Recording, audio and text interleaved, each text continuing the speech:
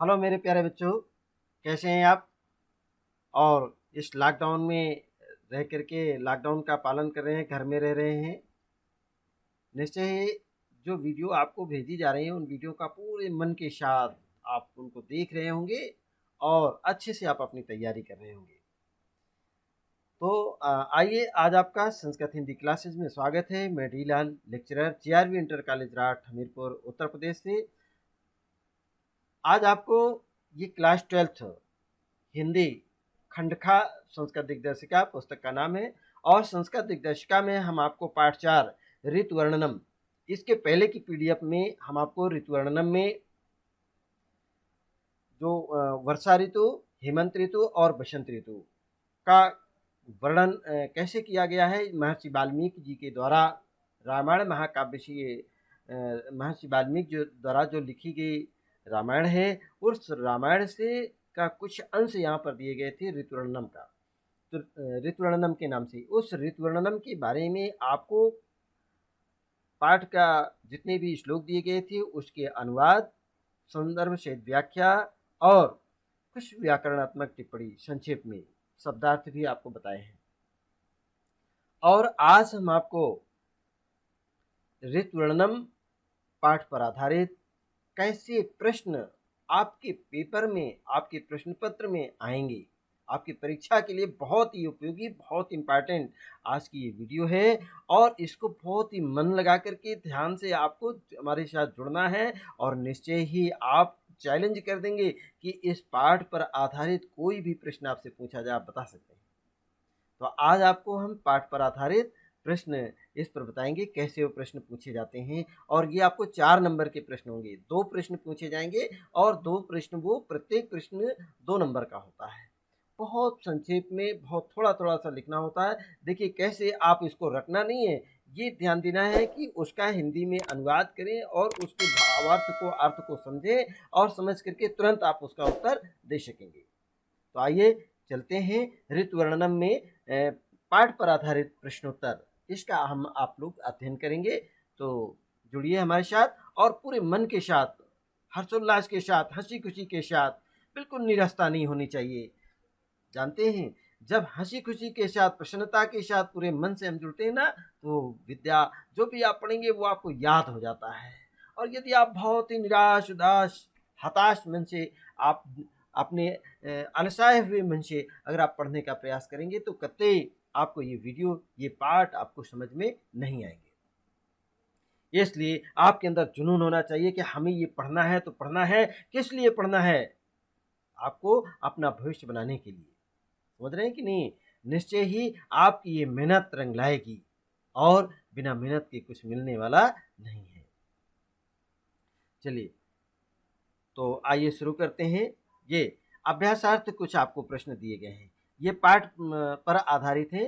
पहला प्रश्न आपसे पूछा जा रहा, देखिएगा। वैसे तो पहला ये ऋतु वर्णनम में पहले वर्षा ऋतु थी और वर्षा ऋतु के पश्चात बसंत, हेमंत ऋतु, हेमंत ऋतु के बाद बसंत ऋतु थी। तो अब आज हम आपको इसमें जो प्रश्न दिए जा रहे हैं, देखिए पहला प्रश्न आपको हेमंत ऋतु से लिया गया है। इस पाठ के हेमंत ऋतु में के बारे में आपसे पूछा गया, हेमंते विपुष्पा वनराजयः कथम प्रतीयन्ते। ये हेमंते विपुष्पा वनराजयः कथम प्रतीयन्ते, अर्थात हेमंते, हेमंत ऋतु में विपुष्पा, ये विपुष्पा फूल खिले हुए हैं, वनराजयः फूलों से भरे हुए, फूलों से लदे हुए वनराज्य, ये जंगल या पेड़ पौधे कैसे प्रतीयन्ते माने कैसे दिखलाई पड़ते हैं या कैसे उनका दृश्य है, इसको आपको बताना है। हेमंत ऋतु में विपुष्पा एक तरीके से फूलों से रहित, वनराज्य माने वृक्ष, कथम माने कैसे, प्रतीयन्ते माने दिखाई पड़ते हैं। तो आप बताएंगे हेमंते, हेमंत ऋतु में विपुष्पा। देखिएगा, इसके प्रश्नों का उत्तर तैयार करते समय बहुत छोटी सी बात है, उसको पहले आप ध्यान से सुन लें। कथम, ये आपका प्रश्नात्मक है, हमें जो परिवर्तन करना है इसमें, ये कथम के स्थान पर ही इसका उत्तर लिखना है। देखिए इसका संक्षेप में आप देखिए, हेमंत ऋतु में जो पेड़ पौधे होते हैं वो फूलों से रहित कैसे सोते हुए, प्रसुप्तायु माने सोते हुए, ये मेन शब्द इसका उत्तर ये आया। बाकी आप जो प्रश्न आप देख रहे हैं, देखिए हेमंते प्रश्न, हेमंते विपुष्पा वनराज्य, ये तीन शब्द है। इन तीनों शब्दों को आप अपने उत्तर में उतार कर रख दिए हैं। हेमंते विपुष्पा वनराज्य, ये तीन प्रश्न ये आपने ज्यों करते उतारा। फिर इसका मेन जो उत्तर है, प्रमुख उत्तर, वो प्रसुप्ता यो अर्थात सोते हुए की भांति, यो माने भांति, तरह या प्रकार, जैसे, प्रतीयंते माने दिखलाई पड़ रहे हैं। तो ये आप समझ गए होंगे कि वनराज्य जो है हेमंत ऋतु में कैसे प्रतीत होते हैं। तो आप बताएंगे सोते हुए, या हाँ, सोते हुए की भांति या सोते हुए प्रतीत होते हैं। ये आपने पहला प्रश्न का उत्तर आपने कंप्लीट किया, और इसको रटने की आवश्यकता कम बल्कि समझने की आवश्यकता ज़्यादा है। आप एक बार समझने का इसको मन से आप समझ लीजिए। देखिए कथम शब्द माने कैसे, इसको समझ लीजिए, और यही हिंदी में जब इसका भाव आप समझ लेंगे तो आपको पता है कि जंगल में वर्षा ऋतु के समय ये पेड़ पौधे सोते हुए से प्रतीत होते हैं। तो एव माने से या भांति या प्रकार, जैसे प्रसुप्ता एव, मेन शब्द आया कथम के स्थान पर प्रसुप्ता एव, ये आपको याद करना है, इसी को ध्यान में बैठाना है। बाकी आपको प्रश्न, जैसा प्रश्न है पूरा का पूरा उतार कर नीचे रख दीजिएगा, आपका उत्तर कंप्लीट, एक उत्तर, ये आपको 2 नंबर मिल जाएगा इसको। इसका अगला प्रश्न आप देखिए, वर्षा काले पर्वत शिखराणि कई तुलितानी। वर्षा काले, वर्षा ऋतु में या वर्षा के समय, पर्वत शिखराणी, पर्वतों के शिखर, कई कैसे, तुलितानी अर्थात कैसे ये विभूषित है, कैसे आपको सुशोभित हो रहे हैं, ये आपको बताना है। वर्षा काले अर्थात वर्षा ऋतु में, जो ये सब प्रश्न है वही आपने उतार लिया। पर्वत शिखराणी वैसे ही आपने उतार लिया, पर्वत शिखराणी आपने नोट किया। कई किसके समान, ये सवाए कई तुलितानी, किसके समान इसकी तुलना की गई है, तो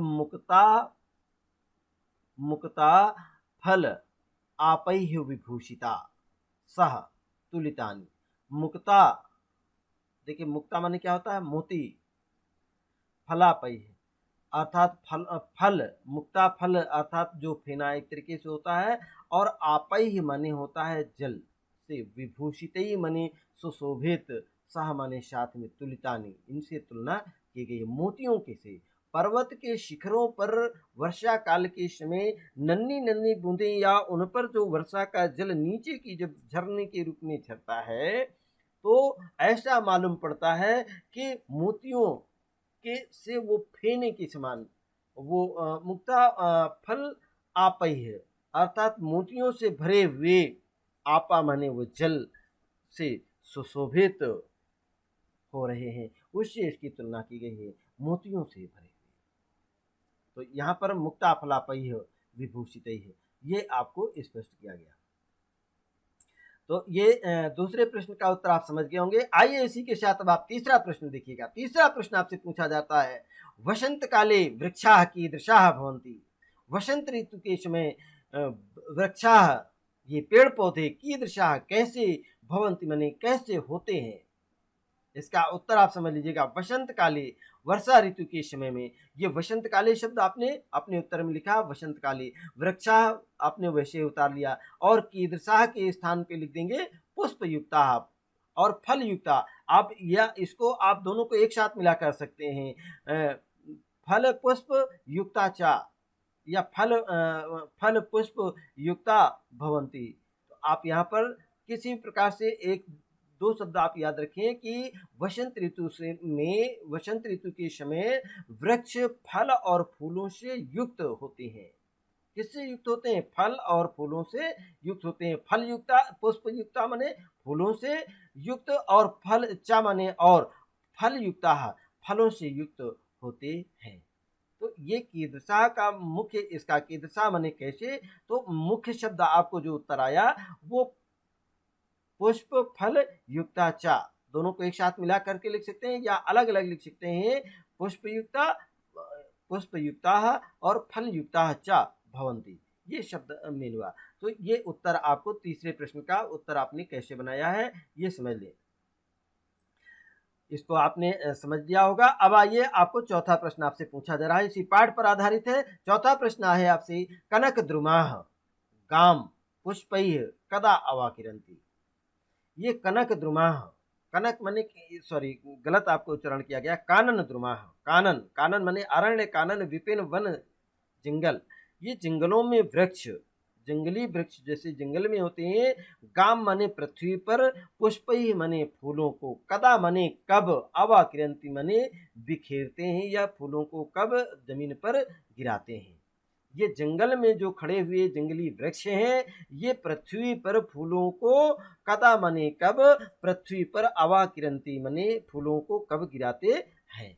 तो आप यहाँ पर क्या समझ गए होंगे, कानन द्रुमाह, ये जंगलों में ये जंगली वृक्ष, गाम माने पृथ्वी पर, ये गाम शब्द जो आया है पृथ्वी पर आया है। तो कानन द्रुमाह आपने वैसे उतारा, गाम को भी लिख लिया, पुष्पई है, ये जैसे देखिएगा पुरुष विभक्ति लिंग इसमें कोई परिवर्तन नहीं करते हैं, वैसा ही आपने उतार लिया, पुष्पई है, पुष्पई है। अब कदा माने कब होता है, तो ये बसंत ऋतु में, ये बसंत ऋतु के समय फूल किस समय, कदा माने कब आया है, तो एक समय पूछा गया तो बसंत काले या बसंते अवाकिरंती, बसंत ऋतु के समय ये पृथ्वी पर, कानन द्रुमाह माने होता है जंगल में जो वृक्ष हैं वो पृथ्वी पर फूल वसंत ऋतु में अवाकिरंत माने बिखेर देते हैं या गिरा देते हैं। चलिए ये पांचवा प्रश्न, पांचवा प्रश्न आपसे पूछा जा रहा है, ध्यान से पढ़िएगा इसको। हेमंत ऋतु, आप क्या पढ़ेंगे, हेमंत ऋतु, हेमंत ऋतु में दिवसा माने दिन, कीदृशा कैसे, कीदृशा माने कैसे, भवंती माने होते हैं। हेमंत ऋतु के समय दिन कैसे होते हैं, कैसे प्रतीत होते हैं, इसको आपको बताया गया है कि हेमंत ऋतु का जो दिन होता है या हेमंत ऋतु का जो ऋतु के समय दिन कैसे लगते हैं आपको, कैसे हेमंत ऋतु। आप देखिएगा इसका अर्थ थोड़ा उत्तर थोड़ा देने में आपको अपनी भाषा शैली में देना है, तो कुछ अलग, जैसे कि ये शब्द इसमें आया हेमंत ऋतु, ये आपने सेम उतार लिया, वैसे जैसा लिखा है वैसा इन शब्दों को आपने उत्तर में लिखा।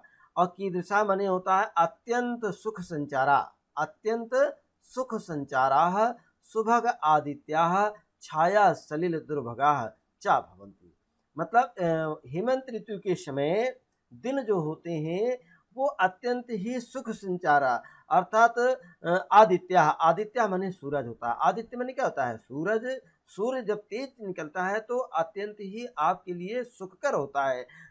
जब भीषण ठंड, ये हेमंत ऋतु के समय ठंडी पड़ती है, उस ठंड के मौसम में आपको सूर्य के तेज या सूर्य की धूप आपके लिए बहुत ही आनंददायक होती है, अर्थात सुख प्रदान करती है। छाया सलिल दुर्भगाचा, लेकिन छाया और शीतलता, ये शीतल छाया आपके लिए कष्टकारी होती है। चा माने और भवंती माने होती है। ये आपके लिए दिया गया पांचवें प्रश्न का उत्तर है और इसको आपको तैयार कर लेना है। ये आपके पेपर परीक्षा में आ सकता है और बढ़िया प्रश्न है, इसको अच्छे से तैयार कर लीजिए। तो आइए अब आपको लेकर चलते हैं, इसके कुछ और अवशेष प्रश्न हैं, आगे लेकर चलते हैं। देखिएगा ये पांच प्रश्न आप पढ़ चुके हैं, छठवां प्रश्न आप देखिएगा, आपसे छठवां प्रश्न, वर्ष ऋतु, वर्षा ऋतु में निद्राम विहाय के नदंती, वर्षा ऋतु में निद्राम विहाय, निद्रा को, विहाय माने त्याग करके, के माने कौन, नदंती माने आनंदित होते हैं या नाद करते हैं, नदंती शब्द आता है आनंदित होना या ध्वनि करना शब्द। तो ये आप देखिएगा वर्ष ऋतु, वर्षा ऋतु में, जैसे वो शब्द आया है प्रश्न में वैसे ही आपने उतारा। इसमें देखिएगा वर्ष ऋतु शब्द है, वर्ष ऋतु यहाँ लिखा निद्राम विहाय, निद्रा को त्याग करके, के माने कौन, नदंती। तो ये यहाँ पर आप इसको पहले भी लिख सकते हैं, जैसे वर्षर्तो निद्राम विहाय, ये देखिएगा विभक्ति पुरुष वचन में लिंग में कोई परिवर्तन नहीं किया गया है। के स्थान पर मंडूका, कौन निद्रा को त्याग करके कौन ध्वनि करते हैं, नाद करते हैं। तो ये मंडूका, मेढक, कौन आया है शब्द, मेढक, के स्थान पर यहाँ पर प्रश्नात्मक शब्द का जो मेन उत्तर है वो है मंडूका। ये मंडूका मेढक, निद्राम विहाय, निद्रा का परित्याग करके, नदंती। अगला सातवां प्रश्न, आप इसको समझ गए होंगे, सातवां प्रश्न समझिए। कह काला प्रचुर मनमथा भवती, कह माने कौन, काला माने समय, प्रचुर मनमथा भवती, अर्थात आपको मदमस्त कर देता है, आपके अंदर कामोद्दीप भाव को जागृत करता है। तो कौन सा काल था? अर्थात श्री राम ने अपने भाई लक्ष्मण से कहा था, हे सौमित्रे, यह काल मेरे लिए प्रचुर मन था, अर्थात कुछ कामोद्भाव को उद्दीप्त करता है। अर्थात ये समय जो है वो उन्हें सीता की याद को और उनकी आग को प्रज्वलित करता है। तो कह काला, वसंत काला। आप देखिए वसंत ऋतु का समय था और ये वन में भ्रमण कर रहे थे। तुलसी राम ये रामायण में महर्षि वाल्मीकि जी ने उल्लेख किया है। तो ये आपने देख लिया कि कह काला प्रचुर मन्मथा, अर्थात वसंत काला, वसंत काल के इसमें प्रचुर मन्मथा भवति। जो प्रश्न है देखिएगा, काला प्रचुर मन्मथा भवति, ये तीन शब्द हैं। इन तीनों शब्दों को यथावत आपने उतार कर यहाँ पर रखा, काला प्रचुर मन्मथा और भवति।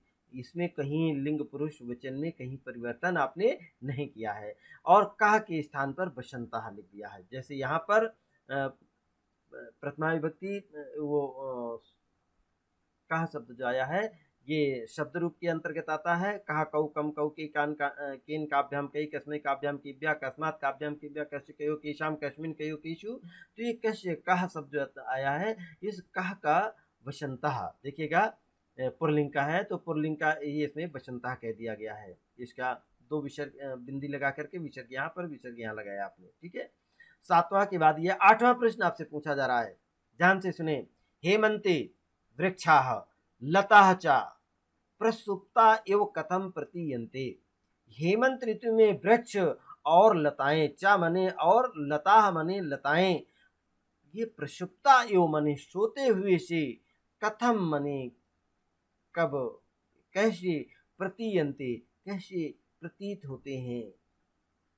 हेमंत आप देखिएगा, इसको हिंदी में संस्कृत में ही इसको उत्तर इसका बनाया जा रहा है कि हेमंते वृक्षाः लताश्च प्रसुप्ता। ये प्रसुप्ता शब्द अलग करिएगा, ये तीन शब्द आपको जैसे वैसे उतार लेना, हेमंते वृक्षाः लताश्च, ठीक है। अब इसके बाद प्रसुप्ता एव कथम प्रीयन्ते, तो ये प्रसुप्ता एव शब्द भी आया है, ये यहाँ पर देखिए नोट किया गया है, जबकि आप यहाँ पर भी इसको रख सकते हैं। और कथम प्रिय अवश्य, देखिए अवश्यो अवश्यो आयतम ओनद्धा निहार तमसा वृता, अर्थात निहार तमसा, ये ओश के कोहरे के जो होता है ना, जैसे कोहरा से खूब ये ढके हुए कि चादर सी मानो ओढ़े हुए हैं। ये आवृता मने तमसावृता, मतलब तम मने क्या होता है, अंधकार की मानो एक चादर से ओढ़े हुए, ये अपने आप को ढके हुए से, प्रसुप्तायो मने सोते हुए से प्रतीत होते हैं। तो ये कोहरा की चादर है, किसकी चादर है, अवश्य, ये देखिए ना, अवश्य आयत मनोद्धा निहार तमसावृता माने होता है ये कोहरे की चादर को मानो अंधकार में ये मतलब कोहरे से ढके हुए और ओस से, किससे भयंकर कोहरा पड़ता है, उस कोहरे ओस से ढके हुए एक अंधकार में चादर को ओढ़े हुए से प्रतीयंत, सोते हुए से प्रतीत होते हैं। अगला नौवां प्रश्न है, वसंत ऋतु, वसंत ऋतु में पुष्पिताः, पुष्पिताः माने फूले हुए, कर्णिकाराः, और देखिए कर्णिकाराः, काराः शब्द आया, कर्णिकाराः माने होता है कनेर। ये कनेर का पेड़ आपने जानते होंगे, कनेर सफ़ेद रंग का भी फूल होता है, किसी में फूले पीले रंग का होता है और किसी में कुछ गुलाबी रंग से, कुछ लाल रंग का फूल होता है। तो तीन प्रकार के कनेर आपको देखे होंगे, तो उन्हीं में से ये आया है कि पीले रंग के। वसंत ऋतौ पुष्पिताः कर्णिकराः सुवर्णयुक्ताः, कैसे दिया, स्वर्णयुक्ताः, पीताम्बराः नरा एव प्रतीयन्ते, जैसे लोग पीला कपड़ा पहन धारण कर रहे हो। पीताम्बरा शब्द जो है ना, पीताम्बर, और देखिएगा पीताम्बर और पीताम्बरा दो शब्द हैं आपसे, अब ये पूछेंगे हम। तो यहाँ पर पीताम्बरा नराह एव अर्थात पीले कपड़े मानो धारण कर रखे हों लोग, ऐसे वो प्रतीयंते मने दिखलाई पड़ते हैं, प्रतीत होते हैं। कर्णिकराह मन ये कनेर के पेड़ फूलों से जब युक्त होते हैं तो स्वर्ण युक्ता, सोना भी पीला होता है और कनेर के फूल भी पीले होते हैं। तो मानो ये सोने से युक्त पीले रंग के कपड़े धारण किए हुए मनुष्य की तरह प्रतीत होते हैं। अब देखिएगा, इसमें अगर आपसे पूछा जाए कि पीताम्बर में कौन सा समास है तो आप क्या बताएंगे? पीताम्बर, पीताम्बरम। देखिए दो शब्द होता है, एक होता है पीताम्बरम, दूसरा आता है पीताम्बरा। तो पीताम्बरा शब्द जो होता है वो किसी अन्य के लिए अन्य का विशेषण है, और पीताम्बरम ये कर्मधारय समास होता है, जब अम आ जाता है उसमें। पीताम्बरम में कर्मधारय समास है। और यहाँ पीताम्बरा शब्द है, पीताम्बरा नरा एव, पीले कपड़े धारण किए हुए, नराह माने मनुष्य की या पुरुष की भांति या लोगों की भांति, प्रतीयंते माने प्रतीत होते हैं। चलिए अगला 10वां प्रश्न है आपसे। वर्षा ऋतौ गगनम कीदृशम भवति। वर्षा ऋतु में गगनम माने आकाश, कीदृशम माने कैसा, भवति माने होता है। वर्षा ऋतु माने वर्षा ऋतु में, गगनम माने ये आकाश आया है, कीदृशम शब्द का आया है घनोपगूढ़म अंधकार पूर्णम च भवति, अर्थात वर्षा ऋतु में आकाश बादलों घन उपगूढ़म, अर्थात घनोपगूढ़म, ये घनोपगूढ़म में आप यदि पूछा जाए कौन सी संधि है तो आप क्या बताएंगे? जहाँ पर ये ओ की मात्रा घन, घनो नहीं होता, घन होता है शुद्ध शब्द, और उपगूढ़म शब्द आया है तो ये घन अधन उपगूढ़म, घनो उपगूढ़म बन गया। तो ए ओ अर अल जहाँ पे होता है वहाँ गुण स्वर संधि होती है। इसमें ये जो शब्द आया है घनोपगूढ़म, घनोपगूढ़म में गुण स्वर संधि है। अंधकार पूर्णम चा, और अंधकार चा मने और अंधकार पूर्णम, अंधकार से परिपूर्ण होते हैं। ये आपका 10 प्रश्न के उत्तर आप समझ गए होंगे। चलिए अब आगे लेकर चलते हैं, 2 प्रश्न आपके और अवशेष रह जाते हैं, इसको आप ध्यान से सुन लें। देखिए 11वां प्रश्न है, हेमंते जलचारिणः जले किम न अवगाहन्ति। हेमंते, हेमंत ऋतु में जलचारिणा माने होता है जल में विचरण करने वाले जो पक्षी होते हैं, जले माने जल में, किम माने किम, ना माने नहीं, अवगाहन्ति वो जल के अंदर क्यों नहीं प्रवेश करते हैं। आपने देखा होगा कि जब हेमंत ऋतु में पानी बिल्कुल ठंडा हो जाता है, कहीं कहीं छूने मात्र से आप हाथ डालते हैं तो लगता है बर्फ की तरह हमारा पानी जो है ठंडा लगता है, और बर्फ को जब आप हाथ में लेते हैं तो बहुत देर तक हाथ में बर्फ को नहीं लिए रह सकते हैं। उसी तरह से जल के अंदर जल अधिक ठंडा होने के कारण पशु पक्षी कोई भी जल के अंदर आसानी से प्रवेश नहीं करता है। तो यहाँ पर जो दिया गया है, हेमंते, हेमंत ऋतु में जलचरणा, जल में विचरण करने वाले पक्षी भी जले में, जले माने होता है ये जल, जल शब्द का सप्तमी विभक्ति एक वचन है, जले अर्थात जल में, किम मने क्यों, ना मने नहीं, अवगाहन्ति प्रवेश नहीं करते हैं। क्यों नहीं करते हैं? हेमंते जलचरणा जले शीतस्य कारणात्, शीतल शीतस्य, शीतस्य माने होता है शीत के कारणात् माने कारण से, शीत के कारण से, ठंडी के कारण से, ठंड के कारण से जले, जल में ना अवगाहन्ति नहीं प्रवेश करते हैं। ये आप इसको समझ गए होंगे, बहुत इंपॉर्टेंट प्रश्न है, बहुत अच्छा है, और इसको तैयार कर। अंतिम प्रश्न आपसे पूछा जा रहा है, बहुत सावधानी से सुनिएगा। पुंडरीक कदा विक्षंती, बहुत सुंदर और बहुत सरल ये प्रश्न है। पुंडरीक, पुंडरीक माने क्या होता है बताइए? पुंडरीक माने होता है कमल। आप जाने ना, पुंडरीक माने कमल। आप इसी को कुछ बच्चे लोग जलज कहते हैं, वारिज कहते हैं, और कमल भी कहते हैं। तो ये पुंडरीक, पुंडरीक माने कमल। कमल कदा माने कब, विकसति कब खिलता है, अर्थात ये पुंडरीक प्रातः काले, सुबह के समय जब सूरज निकलता है तो कमल खिलता है।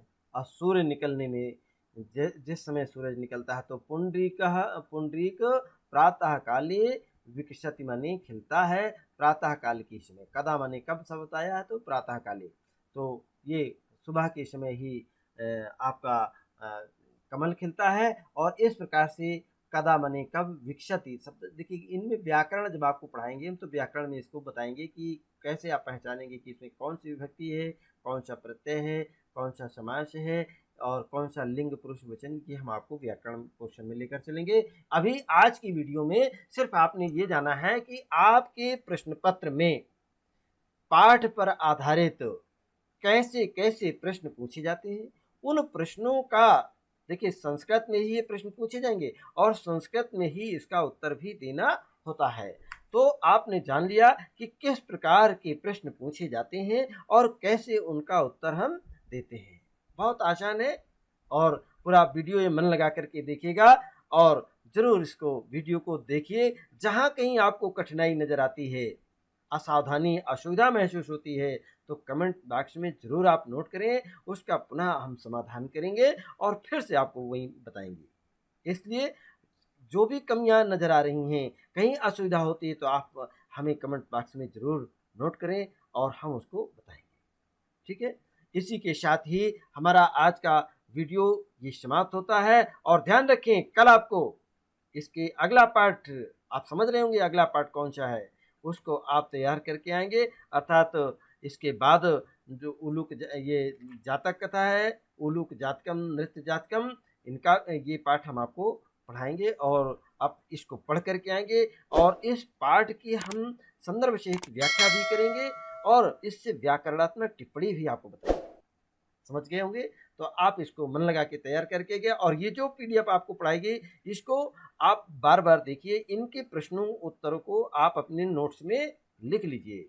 अन्यथा आप ये वीडियो भी आप इसको डाउनलोड कर लीजिएगा, इसकी पीडीएफ भी हम भेजेंगे, ये पीडीएफ आप सेव कर लीजिएगा, आप प्रिंट आउट भी निकाल सकते हैं, आपको सुविधा के लिए व्यवस्था दी गई है। और ध्यान रखें, ये आपको जो लिंक दी गई है, अर्थात इसे क्लिक करें, इससे जुड़ें। और ये स्मार्ट नॉलेज टेक है, या इसमें आपको सब्सक्राइब करना मत भूलें, इस वीडियो को सब्सक्राइब करना मत भूलें, इसको बेल आइकन को ज़रूर दबाएं ताकि आपको हमारे द्वारा डाली गई वीडियो सबसे पहले आपको मिले और पूरे मन से आप उसे पढ़ें, इसका लाभ लें। इसी के साथ ही बहुत बहुत धन्यवाद। शुभ रात्रि और नेक्स्ट डे स्टेट वीडियो, अगली वीडियो में हम फिर आपसे मिलेंगे। तब तक के लिए आप अपना ख्याल रखें, खुश रहें, प्रसन्न रहें। धन्यवाद।